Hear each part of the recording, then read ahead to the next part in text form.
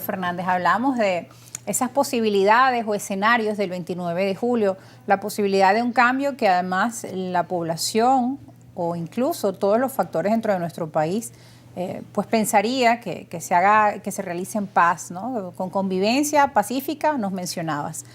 O la posibilidad de la continuidad del gobierno, que también está allí latente, pero de todos modos la población igual quiere cambios y esos cambios pasan porque sean unas elecciones reconocidas, que la comunidad internacional también las reconozca, porque nos ha traído grandes problemas ese aislamiento, ¿no?, que vivió Venezuela, el tema del cierre de las embajadas, de los consulados, de romper relaciones diplomáticas, el tema de las sanciones, el comercio, bueno, todos los problemas que ya hemos visto en el pasado. ¿Este proceso electoral garantiza que se dé un cambio independientemente de quién gane esa elección? Mira, pregunta difícil, Rosa. Muy complicada porque estamos frente a una elección que tiene un órgano electoral que no está haciendo cumplir la legislación electoral. La legislación electoral supone equilibrio entre las partes. Vemos en todos los medios de comunicación una presencia exagerada del presidente de la República y bueno, una participación muy poca del mundo. Violaciones a la legislación electoral se han presentado en distintos procesos, cierres de restaurantes donde El Mundo o María Corina van y comen, o hoteles que les cae el ceniata al día siguiente. Es decir, hay varias cosas que conforman unos abusos frente a las elecciones. A pesar de eso, la gente sigue entusiasmada, con una disposición a votar muy grande, porque de alguna manera se ha entendido que es a través del voto masivo de los electores como nosotros podemos producir un cambio. Ahora, la elección tiene que darse en términos transparentes y en términos equitativos, es decir, de manera para que todo el mundo pueda aceptar los resultados. Por ahí se propuso en algún momento el documento de compromiso de que se van a aceptar los resultados. La Constitución y la legislación electoral tiene un mecanismo a través del cual se tiene que producir una elección de forma transparente. Esa elección tiene que ser acatada por todos, el resultado de esa elección. Ahora, si la elección está llena de un montón de violaciones a la legislación electoral, no importa si tú firmas o no firmas un documento, al final va a ser muy difícil que la elección... Que reconozca si ves irregularidades el día. Es correcto. A mí me preocupa y por eso insisto en el tema de que necesitamos presentar un ambiente de convivencia política para que el país pueda salir adelante independientemente de lo que pase el 28. Yo apuesto siempre al éxito del país. Yo jamás en mi vida voy a apostar al fracaso. Yo nunca he apoyado las sanciones económicas de Venezuela porque yo no quiero que el país siga sufriendo. Yo creo que ha sufrido muchísimo por un gobierno con un modelo equivocado que ha destruido el aparato productivo, ha perseguido el sector privado.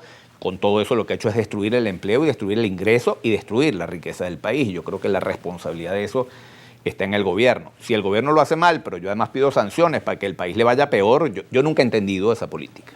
Yo apuesto al éxito de Venezuela, siempre voy a apostar al éxito de Venezuela, nunca voy a apostar al fracaso del país, pase lo que pase el 28. Pero hay un sector de la oposición que está allí en esa contienda electoral que pidió sanciones para nuestro país porque lo vieron como una salida, como una ayuda para el cambio. Yo creo que hicieron mal y creo que cometieron un error al pedir sanciones. Yo creo que nada justifica eso.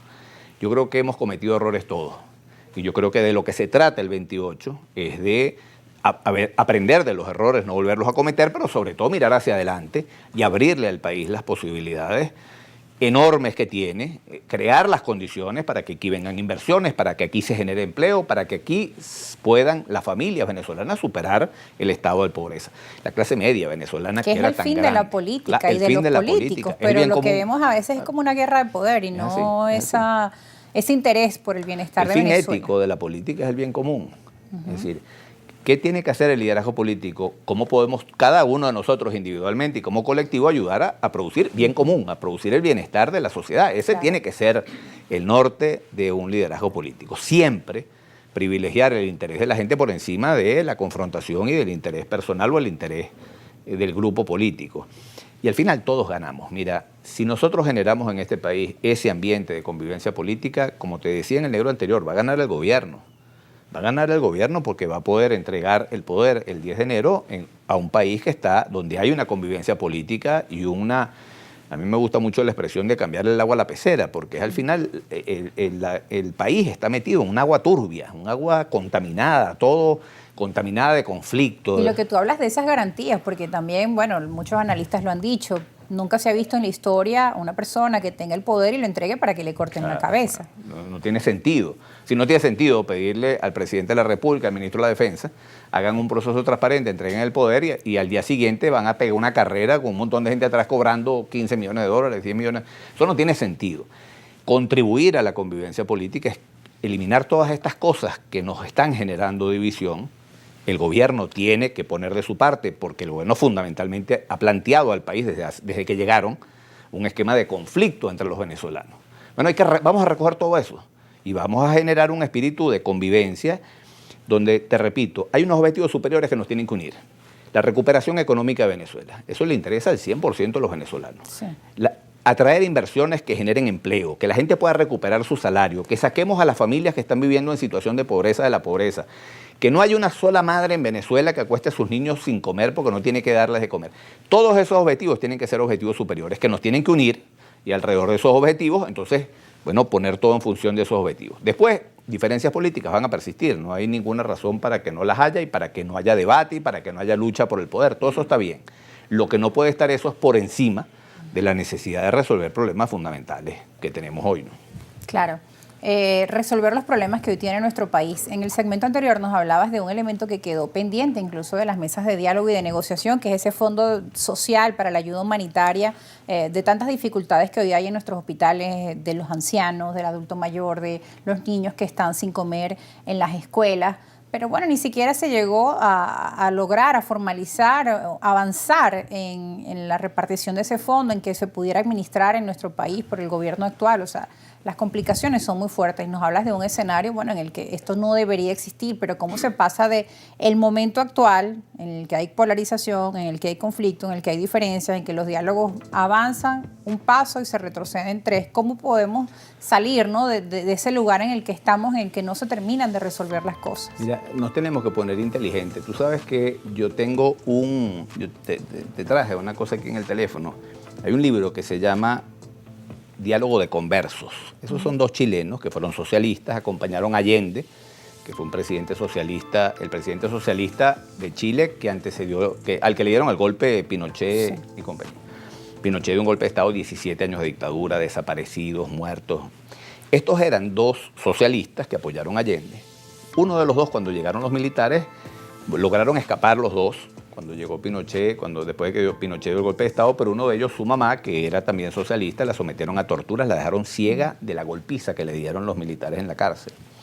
Ellos escriben un libro que se llama Diálogo de Conversos, donde hacen una reflexión sobre todos los errores que se cometieron.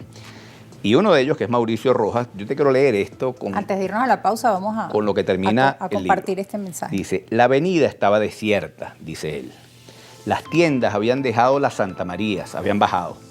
Un silencio sepulcral solo era interrumpido por nuestros gritos. Miré a un segundo piso y vi una cortina que se movía. Eran los socialistas manifestando en la calle, ¿no?